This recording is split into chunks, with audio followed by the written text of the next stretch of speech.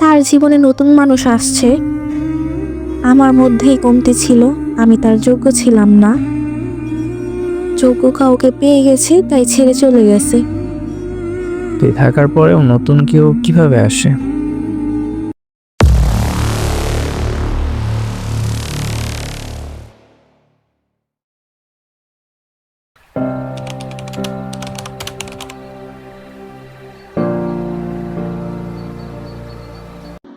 দোস্ত শোন। কি খবর? আর খবর, তোকে কিছু কষ্টের কথা শেয়ার করি, শোন। তোর আবার কষ্ট কই দিয়ে আসলো? আমার ব্রেকআপ হয়ে গেছে। ওয়াও, ট্রিট দিবি কবে? উপস, সরি, কবে হইলো? 1 মাস হয়েছে।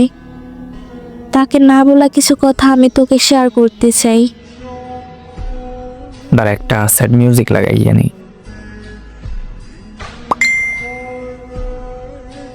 বল এবার। তাহলে শোন। শুনতেছি। আমার না বলা কিছু কথা। তুমি কি সত্যিই ভাবো আমি তোমাকে ভুলে যাব? তোমাকে ভোলা কি এতটাই সহজ? কখনোই না, সম্ভব না। তুমি ছিলে আমার মায়া জড়ানো ভালোবাসা, যাকে আমি কখনো ভুলতে পারবো না। তুমি ছিলে আমার হাসির কারণ। তোমার সাথে কাটানো সময়গুলো ছিল অনেক সুন্দর। কেমন সুন্দর?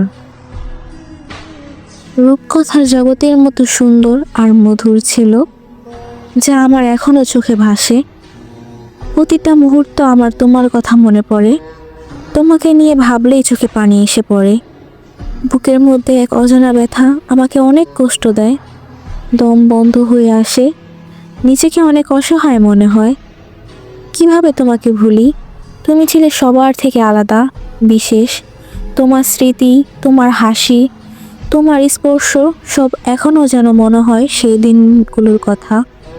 অথচ এইসব স্মৃতিগুলো ছাড়া আমার কাছে আর কিছুই নেই। আমার সবচেয়ে বড় আফসোস, তুমিও নেই আমার কাছে।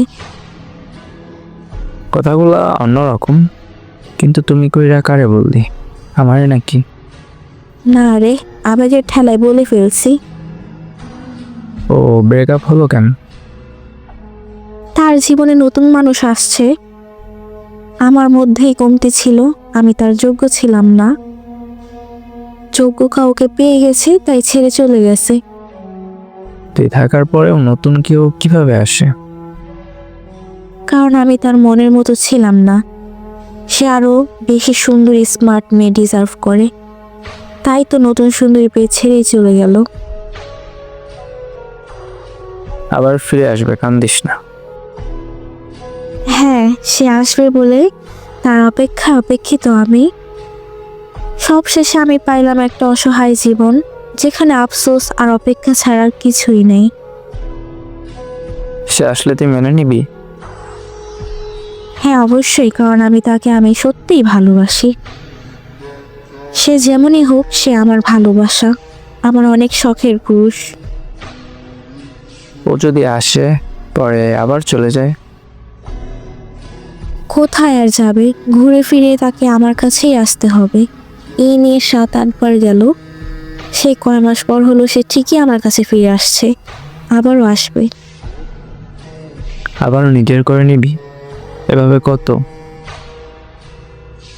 দেখি কতদিন যায়, তবুও তার অপেক্ষায় আমি। যদি কখনো মিরাক্কেল হয়, সে সারা জীবনের জন্য আমার হয়ে যায়, তাহলে এই জীবনে আমাকে আফসোস করে কাটাতে হবে না।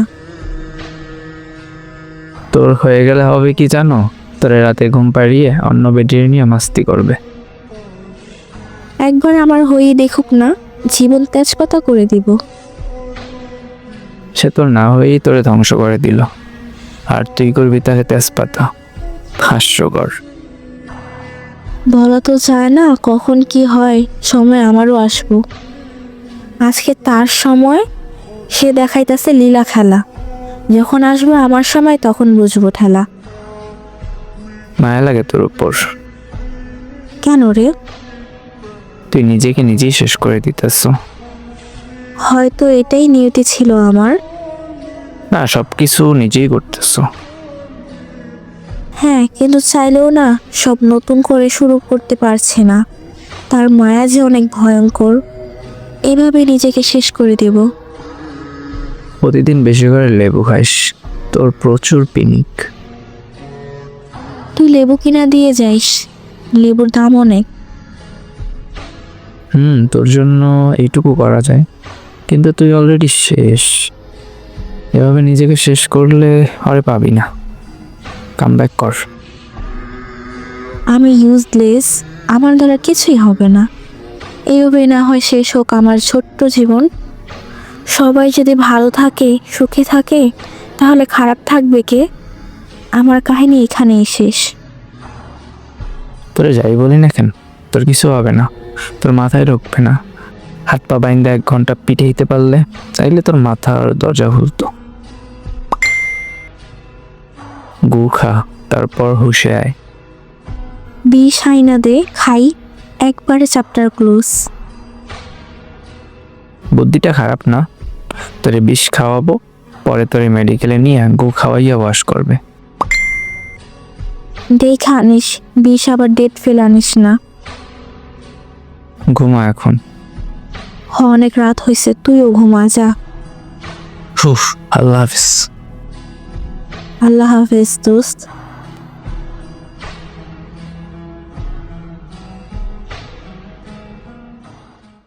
গাইজ, গল্পের কাহিনীটা মূলত একটা ছেলে বারবার একটা মেয়েকে ছাইড়া যায়, আর মেয়েটা ছেলেটার জন্য অপেক্ষা করে। ঠিক কিছুদিন পর আবার ছেলেটা ফিরে আসে, আবারও ছাইড়া যায়। তো এটা হচ্ছে গল্পের মূল কাহিনী, মানে সে ছাইড়া যায় আবারও আসে, নিজের মন যখন চায় আবার ছাইড়া যায়, এরকম আর কি। তো যারা একবার ছাইড়া যায় তারা কিন্তু পরবর্তীতে আসার পর যদি সুযোগটা পায় যে না সে আবার আমার আপন করে দিতেছে, সে কিন্তু বারবার যাবে আসবে যাবে আসবে এমনটাই করবে। সে বুঝে গেছে যে আপনি তারে কখনোই ভুলতে পারবেন না। সে যদি অনেকের সাথে শুইয়াও আসে তাহলে আপনি তারা রাইখে দিবেন। তো এইরকম মানুষরা যদি ভাগ্যক্রমে মানে দুর্ভাগ্যবশত জীবনেও পাইয়া যান, তাইলেও কী হবে জানেন? সেম কাহিনীটাই হবে।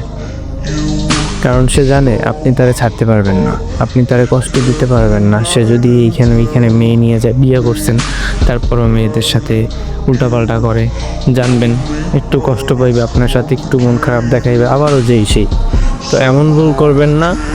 মনে কর আপনাদের এইরকম অবস্থায় যারা আছেন তাদের ব্রেন ওয়াশ হয়ে আছে, মানে এইরকম একটা চিন্তা ভাবনা আসে যে সে ছাড়া আমার জীবনে আর কেউ আসতে পারবে না, আমার বানাইছি তার জন্য। বা এগুলো হচ্ছে একেবারে ফাও আবেগী কথা, বুঝতে পারছেন? আপনার আবার সে তার যদি বানাই আপনার জন্য, তাইলে সে অন্য মানুষদের সাথে কিভাবে যায়? এইটুকু একটু মাথায় ঢুকান। শিক্ষিত হয়েছেন তারপরও মূর্খ মানুষের মতো একটা চিন্তা ভাবনা করেন, তাইলে যারা মূর্খ তাদের আর আপনাদের ভিতরে তফাৎটা কি একটু চিন্তা ভাবনা করেন। আর ব্রেন ওয়াশ করছে যে যারা করছে, মনে করেন আপনারা যতই জ্ঞান দিই, আপনি একটু পর দূরও ভালো লাগে না এইসব চিন্তা, মানে এইসব কথাগুলো খুবই অসহ্য লাগবে, বিরক্ত লাগবে, বাট এগুলো সত্যি কথা, বুঝতেছেন? আপনি নিজে ধ্বংস শেষ হয়ে যেতেছেন, নিজেই ধ্বংস করতেছেন, আর এটা নিজ হাতেই। এই হচ্ছে বাস্তবতা।